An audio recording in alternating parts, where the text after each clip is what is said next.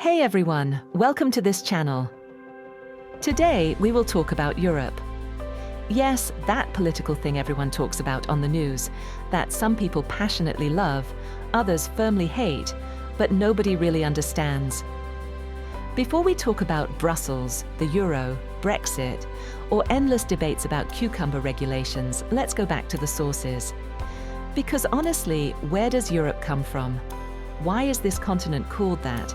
How were its borders decided? And above all, how did a simple piece of land stuck between Asia and the Atlantic become the center of the world for centuries, imposing its culture, languages, and ideas on all four corners of the planet? Spoiler alert, it involves a kidnapped Phoenician princess, Greeks a bit too imaginative with their myths, Romans obsessed with building straight roads, monks copying manuscripts in freezing monasteries, and of course, a lot of wars. Why is this continent called Europe? Greek mythology, obviously. The Greeks had a gift for inventing crazy stories that define civilization. Europa was a Phoenician princess chilling on the Lebanese coast when Zeus, Olympic champion of inappropriate behavior, spotted her. Does he introduce himself normally? No, he transforms into a white bull. Yes, a bull. Europa, charmed by this beautiful animal, climbs on its back. Big mistake. Zeus flies off to Crete with her, where she becomes mother to several children, including the legendary King Minos. And that's how a divine kidnapping by a bovine gave its name to an entire continent. Romantic, right? The Greeks really had peculiar love stories. But seriously, beyond the myth, the term Europe appears for the first time in ancient Greek texts around the 7th century BCE. The Greeks used it to vaguely designate the lands located west of Asia Minor, as opposed to Asia proper. At the time, it was super vague as a concept. Basically, everything north of the Mediterranean and not too far west. Not really a unified continent with clear borders, more a geographical direction, an imprecise over there. The ancient Greeks didn't just invent complicated myths and capricious gods, they also invented the very idea of what Europe is. They're kind of the intellectual architects of the concept.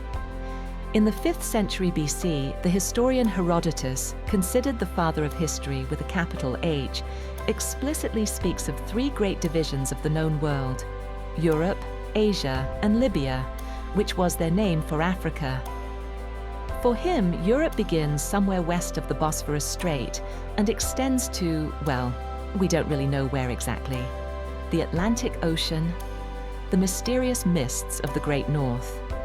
A big sign saying, warning, end of the world, risk of falling, mystery. The Greeks also spread their culture like wildfire. Philosophy with Socrates and Plato, theater with Sophocles and Euripides, architecture with their magnificent temples, and even Olympism with their sporting games. They actively colonized the Mediterranean coasts, from Spain to the distant Black Sea, spreading their ideas, language, and gods everywhere.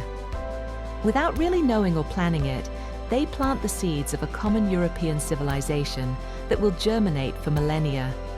If the Greeks brilliantly theorized Europe on the philosophical and cultural level, it's the Romans who truly built it. And I mean literally physical construction.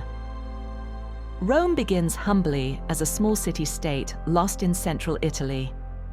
This small city will progressively, over centuries and conquests, become an absolutely colossal empire.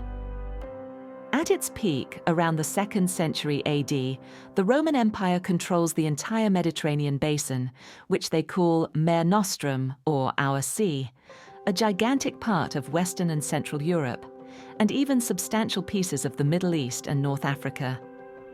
The Romans didn't really speak of Europe in the geographical or identity sense we understand. For them, there was the empire, period. The rest were barbarians to civilize or fight. But ironically, their legacy profoundly shapes what Europe will become for the following centuries and millennia. The roads, Rome builds an absolutely mind-blowing network of tens of thousands of kilometers of paved, straight, solid, ingeniously designed roads. The famous saying, "all roads lead to Rome," isn't just an expression, it was literally true. These infrastructures will facilitate for centuries commercial, cultural, military, and religious exchanges across the continent. Some Roman roads are still used today, 2,000 years later. Not bad for durability. Roman law, it's the basis, the foundation of almost all modern European legal systems. The concepts of private property, legal contract, citizen rights, presumption of innocence, all that we owe to Roman jurists. Latin, the language of the empire, becomes the language of administration, the Catholic Church, education, and even science for the following 1500 years. French, Spanish, Italian, Portuguese, Romanian, all direct descendants of Latin, what we call Romance languages. Even English and German, Germanic languages, contain thousands of words of Latin origin. Until the 18th century, all European scholars communicate in Latin. Christianity. In the 4th century AD, a major turning point. Emperor Constantine converts to Christianity and, by the Edict of Milan in 313, legalizes this religion. Then Emperor Theodosius goes further and makes it the official religion of the empire in 380. The Roman Church then becomes the spiritual, cultural, and institutional backbone of all medieval Europe. Its influence will be absolutely decisive. But here's the thing. Every empire has an end. In 476 AD, the Western Roman Empire collapses, overwhelmed by successive waves of barbarian invasions. The Vandals vandalize, that's where the word comes from. The Goths goth, the Huns. Well, Hun? Okay, that last verb doesn't exist, but you get the idea. It's generalized chaos, the end of a world. After Rome's spectacular fall, Europe fragments into a veritable mosaic of barbarian kingdoms. The Franks settle in Gaul, the Visigoths in Spain, the Angles and Saxons in Britain, giving England, which means land of the Angles, the Ostrogoths, then the Lombards in Italy. It's a gigantic political and cultural patchwork. But one thing, only one thing still unites all this chaotic bunch: the Roman Catholic Church. Still based in Rome, it maintains a certain cultural and spiritual cohesion across the fragmented continent. In the year 800, an absolutely crucial and highly symbolic moment. Charlemagne, powerful king of the Franks, who conquered an immense territory, is crowned emperor by Pope Leo III himself, in Rome on Christmas Day. The symbolism is strong. The idea of a unified Christian European empire is reborn from its ashes. The Carolingian Empire is vast, covering present-day France, Germany, northern Italy, the Netherlands, Switzerland. Charlemagne explicitly dreams of recreating the Roman Empire, but Christian and medieval version. He encourages education, standardizes writing, reforms administration. Unfortunately, it doesn't last long. After his death in 814, the empire cracks, then divides among his three grandsons by the famous Treaty of Verdun in 843. This treaty will create the basis of future France, future Germany, and a highly disputed intermediate zone. But the idea remains engraved in minds. Europe can, must even be united under a common banner. Over the medieval centuries, several elements gradually forged the common European identity. The Crusades, between 1095 and 1291, tens of thousands of Europeans from all backgrounds leave to liberate Jerusalem and the Holy Land. It's violent, often atrocious, frequently hypocritical, but it undeniably creates a feeling of common belonging, an identity of Christendom facing a Muslim other outside. Universities, Bologna in 1088, Paris around 1150, Oxford in 1167. The first European universities appear and multiply in the 12th century. It's revolutionary. Students and professors circulate freely from one university to another, mutually recognizing their degrees, creating a true transnational common intellectual space. It's medieval Erasmus, but without the wild parties, and with much more Latin. We jump forward in time to the 15th and 16th centuries. The Renaissance first explodes in Italy, notably in Florence, then spreads rapidly everywhere in Europe, like an intellectual wildfire. Humanists passionately rediscover forgotten Greek and Roman texts, develop revolutionary printing, thanks to Gutenberg around 1450, and Europe experiences an unprecedented artistic, scientific, and intellectual explosion. Leonardo da Vinci, Michelangelo, Raphael, Erasmus, Thomas More. For the first time really, thinkers speak explicitly and consciously of Europe as a distinct and coherent cultural entity. Erasmus of Rotterdam, great Dutch humanist, constantly travels across the continent and fervently advocates a Europe united by culture, education, and reason rather than by arms.